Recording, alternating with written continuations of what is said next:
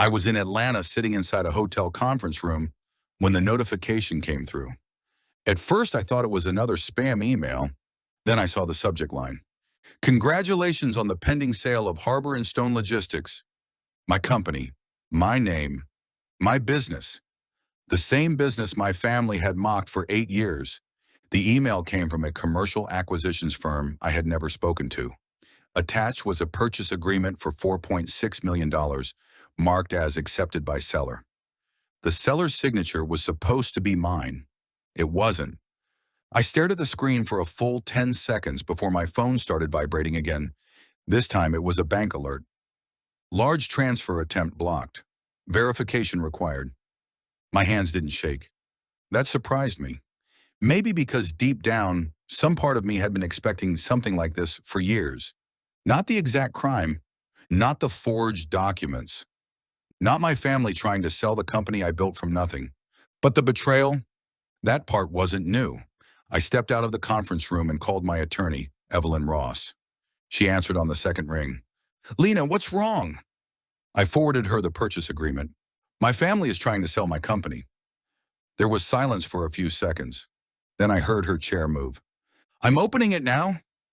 I stood beside a vending machine in a hallway full of strangers, watching people laugh over coffee, while my entire life tried to collapse inside my phone.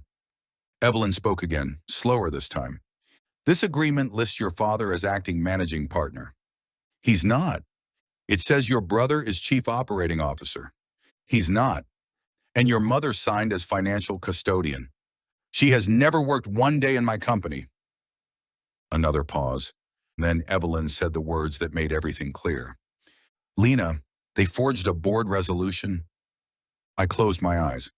Of course they had. Because stealing from me directly would have looked ugly. But wrapping it in family language, calling it a transition, calling it a shared asset, that sounded more respectable. That sounded like them.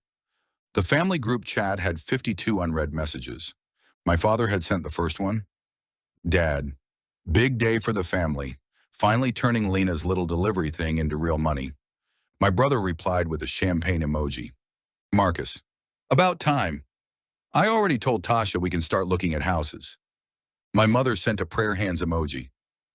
Mom, God is restoring what belongs to this family. My younger sister asked the only question she cared about. Nina, how soon before the money clears? I read the messages twice. Not one of them asked me. Not one of them mentioned my permission.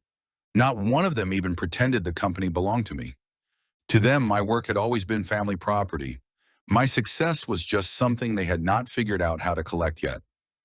Harbor and Stone Logistics started with one used cargo van, a maxed-out credit card, and a rented desk in the back of a printing shop. I was 26. My father called it embarrassing. He said people with degrees didn't deliver boxes. My mother told relatives I was between careers. My brother laughed and said I was basically a driver with a logo. Nina asked if she could borrow money 3 weeks after telling me my business looked cheap. I said no. She didn't speak to me for 2 months. That was the pattern. They mocked the thing I built, then quietly waited for it to benefit them. The first year I worked 14-hour days. I handled invoices at midnight. I loaded vans at dawn. I answered angry client calls while eating gas station sandwiches in parking lots. By year 2, I had 3 vans. By year 4, I had contracts with 2 hospitals, a legal records firm, and a regional pharmacy distributor. By year 6, I owned my first warehouse. By year 8, Harbor and Stone had 41 employees, 19 vehicles, 3 warehouses, and annual revenue my family would never have believed if I had told them. So I stopped telling them. That was the mistake they never forgave me for. Not failing, winning quietly. They could tolerate my struggle. They could explain that. They could pity me for that. But my success made them uncomfortable because it proved they had been wrong. And people like my family never apologize for being wrong. They punish you for making it obvious. Evelyn called back 20 minutes later. I spoke with your bank. The transfer attempt came from a new business account opened yesterday under Harbor and Stone Holdings. I don't own a Harbor and Stone Holdings. I know. They created it using the forged documents. I looked through the glass wall of the conference room. My name was printed on a place card at the front table. I was supposed to speak in 1 hour about women in regional logistics. The irony almost made me laugh. 8 years of being called careless. And the people who called me careless had just created a fake company to steal mine. What happens now, I asked. The bank has frozen the attempted transfer. I'm notifying the acquisitions firm that the sale is fraudulent. After that, we contact the state business fraud unit. Do it! Lena, this will become criminal. I know. They're your family. I looked down at the purchase agreement again. My signature had a loop in the L that I never used. They stopped being family when they tried to sell my life's work. The acquisitions firm called me at 2:16 p.m. A man named Daniel Keene sounded nervous from the first sentence. Ms. Carter, we were under the impression your father had authority to negotiate on behalf of the company. He doesn't. We received corporate documents. They were forged. A long silence, then papers shuffled. We also received a notarized consent form. Also forged. Another silence, and this one was heavier. Ms. Carter, I need to advise you that our compliance department has already flagged irregularities. That's good. We are withdrawing from the transaction immediately. That's better. And we are required to report this. That's best. He cleared his throat. For what it's worth, I am sorry. I almost said it wasn't his fault, but that was another habit I was trying to kill, making everyone comfortable while I bled quietly. So I said, send everything to my attorney. Then I hung up. At 3:03 p.m., my father called. I let it ring. At 3:04, my mother called. I let it ring. At 3:06, Marcus called. I let it ring. At 3:08, Nina sent a message. Nina, whatever you're doing, stop. Dad says you're embarrassing everyone. That was when I opened the folder on my laptop. I called it the quiet account. I had created it 3 years earlier after a therapist asked me a simple question. What has loving them cost you? At first, I thought the answer was money. Loans never repaid, emergency bills, birthday gifts they expected but never appreciated. But the deeper I looked, the more I realized money was the smallest part. The real cost was smaller, sharper, harder to prove. So I started writing it down. Entry 1, first hospital contract. I called my father to tell him Harbor and Stone had signed a 2-year delivery agreement. He said, don't get excited. Contracts disappear. Then he spent 20 minutes praising Marcus for getting promoted to assistant branch manager. Cost, the first time I understood achievement, would not protect me from dismissal. Entry 8, bought my first warehouse. My mother asked if it had proper air conditioning because she didn't want me working like poor people. When I said I owned the building, she said, well, don't let it make you arrogant. Cost, joy reduced before it had time to breathe. Entry 15, Christmas dinner. Dad introduced Marcus as our successful son in banking. He introduced Nina as our creative daughter. Then he introduced me as Lena. She runs deliveries. Everyone laughed softly. I smiled. Cost. Being made small in rooms I helped pay for. Entry 22. I covered Mom's surgery deposit when Dad's insurance delay became complicated. They thanked God, the doctor, and Marcus for being emotionally supportive. They never thanked me. Cost. Learning generosity does not create love where entitlement already lives. Entry 31. Marcus asked me for $40,000 to invest in a restaurant lounge. I said no. He told the family I was selfish with money because I had forgotten where I came from. Cost. Being treated like a bank with feelings they could ignore. The document was 41 pages long, not because I was bitter, because I was finally honest. My phone buzzed again. Evelyn, the fraud unit is opening a case. How serious? Very. They forged corporate authority, attempted to redirect sale proceeds, and created a shell entity using your company name. That is not a misunderstanding. I sat down on a bench near the emergency exit. There's more, she said. I looked up. There always is. The notary stamp on the consent form belongs to a woman named Clara Milton. I don't know her. She's your mother's church friend. Of course the crime came with a casserole and a Bible verse. Is the notary cooperating? I asked. She claims your mother told her you were traveling and had already agreed. She notarized a signature without me present? Yes, that's illegal. Very. The hallway suddenly felt colder. Evelyn continued. And one more thing. The fake board resolution lists your father, mother, brother, and sister as shareholders. They own nothing. I know, but they assign themselves percentages. I already knew before she said it. I could feel it. How much? Your father listed himself at 35%, your mother at 25%, Marcus at 25%, Nina at 15%. I laughed once, not because it was funny, because even in theft, they had ranked themselves above me. I returned to the conference room late. The moderator whispered, "Are you okay?" I looked at the women seated around the table. Founders, executives, owners. Women who had fought to have their names respected on documents, buildings, contracts, and doors. And something in me settled. "Yes," I said, "I'm okay." When it was my turn to speak, I stood behind the microphone. I did not mention my family. I did not mention the attempted sale. I spoke about systems, about records, about ownership, about why women in business should never rely on verbal trust when written proof exists. I said, documentation is not paranoia. Documentation is protection. The room clapped. My phone lit up on the table. Another message from Dad.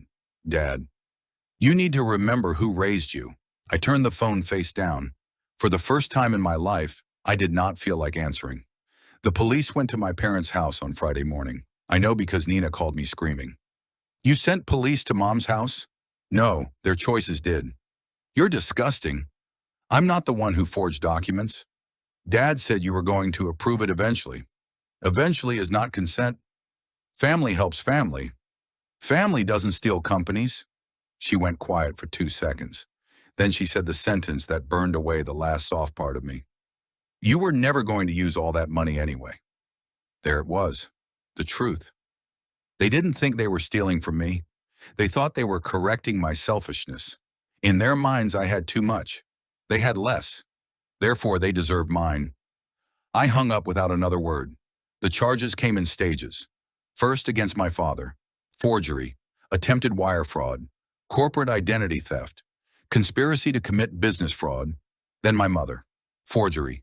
False notarization conspiracy. Fraudulent misrepresentation. Then Marcus, because he had created the fake holding company. And Nina, because she had emailed the acquisitions firm pretending to be my assistant. My entire family had assigned themselves roles in a crime against me. That was the part people didn't understand later. They called it one mistake, one bad decision, one family dispute that went too far. But 4 adults had to wake up, sign papers, send emails, answer calls, and lie repeatedly. That is not a misunderstanding. That is teamwork. The family group chat became evidence. My father wrote, "Once the sale closes, Lena can't undo it." My brother wrote, "The fake company account is ready." My mother wrote, "Don't tell her yet. She'll become emotional." Nina wrote, "I can handle email replies if they ask for her." They had not just planned the theft. They had discussed my reaction like I was a weather problem, something inconvenient to work around. Evelyn sent me screenshots with one message. "Do not reply to them anymore. Everything goes through counsel now." So I left the group chat. No speech, no final paragraph, no emotional exit, just silence. They hated that most of all, because silence gave them nothing to twist. 2 weeks later, the story reached the business community. Not because I posted about it, because commercial fraud cases are public. The headline was simple: local family accused of attempting to sell daughter's logistics company using forged documents. By noon, it was everywhere. My father's former colleagues saw it. My mother's church group saw it. Marcus's bank saw it. Nina's influencer friends saw it. And suddenly, the people who had called me dramatic started calling me privately. A cousin wrote, "I always knew your dad was controlling." An aunt wrote, "Your mother means well, but she gets carried away." A family friend wrote, "Try not to let this destroy everyone." That one made me pause. Destroy everyone. Not "I'm sorry they tried to destroy you." Not "Are you okay?" Just the familiar request. Absorb the damage quietly so the family image can survive. I deleted every message. Consequences arrived like rain. Slow at first, then all at once. Marcus was suspended from his bank job pending investigation, then fired. His wife moved out 3 weeks later after discovering he had promised her a house with money from the fraudulent sale. Nina lost 3 brand sponsorships when the story went public. She posted a tearful video about family trauma and being unfairly judged. The comments were not kind. My mother's church removed her from the finance committee. The same women who once praised her elegance now crossed parking lots to avoid her. My father tried to frame himself as a protective parent who only wanted to manage my business before I made a mistake. Then the prosecutor released the emails. After that, even his friends stopped defending him. The notary lost her commission. The acquisitions firm sued my family for damages. And Harbor and Stone? Harbor and Stone kept running, because while they were busy trying to steal my company, I had built a company strong enough to survive them. The trial started 9 months later. By then, I had learned how strange betrayal looks under fluorescent courtroom lights. Less dramatic, more pathetic. My father looked smaller in a gray suit. My mother cried whenever the jury looked at her. Marcus avoided my eyes completely. Nina wore white, like she was attending her own innocence. The prosecutor walked through everything. The forged resolution, the fake shareholder list, the shell company, the bank transfer attempt, the group chat, the emails, the notarized consent form. Then they called me to the stand. My father stared at the table. My mother dabbed her eyes. The prosecutor asked, "Did you authorize the sale of Harbor and Stone Logistics?" "No." "Did you give your father authority to negotiate on your behalf?" "No." "Did any member of your family own shares in your company?" "No." "Did they ever work for the company?" "No." "Did you know they were attempting to sell it?" "No." Then the defense attorney stood. She tried to soften everything. "Ms. Carter, is it true your family supported you when you were young?" "Yes." "And is it true families sometimes make decisions together?" "Healthy families do. Mine committed fraud." The courtroom went silent. The defense attorney blinked. No further questions. The jury deliberated for 6 hours, guilty on all major counts. My father received 4 years, with 2 to serve and the rest under supervised release. My mother received 18 months, partly suspended, plus probation. Marcus received 3 years because he created the shell company and attempted the transfer. Nina received probation and community service after cooperating late. Restitution was ordered jointly. Legal fees, damages, compliance costs, reputation management. The total was $312,000. My mother cried during sentencing. My father looked furious. Marcus looked ruined. Nina looked at me like I was supposed to save her. I didn't. The judge said something I wrote down later. "Family relationships do not create ownership rights." That sentence felt like a door unlocking. Present day. It has been 16 months. Harbor and Stone is still mine. We opened our 4th warehouse in May. We signed a new medical supply distribution contract last quarter. Annual revenue crossed 8 figures for the first time. I bought the printing shop where I rented my first desk. The owner was retiring. I turned it into a training center for women starting small logistics businesses. There is a plaque in the lobby. Not with my family name. Mine. My father is still serving his sentence. My mother lives with her sister and writes me letters I do not open. Marcus works nights now, according to someone who thought I needed to know. I didn't. Nina sent one email. Subject line, "Are you happy now?" I deleted it. Not because I was angry, because I finally understood that some questions are just traps with punctuation. People ask if I miss having a family. The honest answer is complicated. I miss the family I imagined. The one I kept working for. The one I thought would appear after the next milestone, the next contract, the next building, the next award. I miss the fantasy, but I do not miss the people who taught me to confuse endurance with love. For years, I believed success would make them respect me. Then I believed distance would make them understand me. Then I believed generosity would make them value me. But some people do not want proof. They want access. And when access is denied, they call it betrayal. Last week, I stood inside the new training center and watched 12 women complete their first business operations workshop. One of them asked me how I stayed motivated when nobody believed in me. I thought about my father's laugh, my mother's dismissals, Marcus's jealousy, Nina's entitlement. I thought about the forged documents, the fake company, the bank alert that saved what I built. Then I looked at her and said, Stop waiting for people to approve what they plan to use. She wrote it down. I hope she remembers it sooner than I did. That evening, I drove back to the first warehouse. The old one. The one with uneven floors, stubborn loading doors, and a tiny office where I used to sleep between delivery routes. I stood there alone for a while. No applause, no family, no permission. Just the hum of refrigeration units and trucks backing into bays. It sounded like peace. My company was never their inheritance. My labor was never their emergency fund. My silence was never consent. They thought selling harbor and stone would finally turn my work into their reward. Instead, it exposed the truth. They had spent years calling me irresponsible because admitting I was capable would have forced them to respect me. And respect was the one payment they never intended to make. So I collected something better. Freedom. The account is closed. The signatures are verified. The company is mine. And this time, nobody in my family gets a share.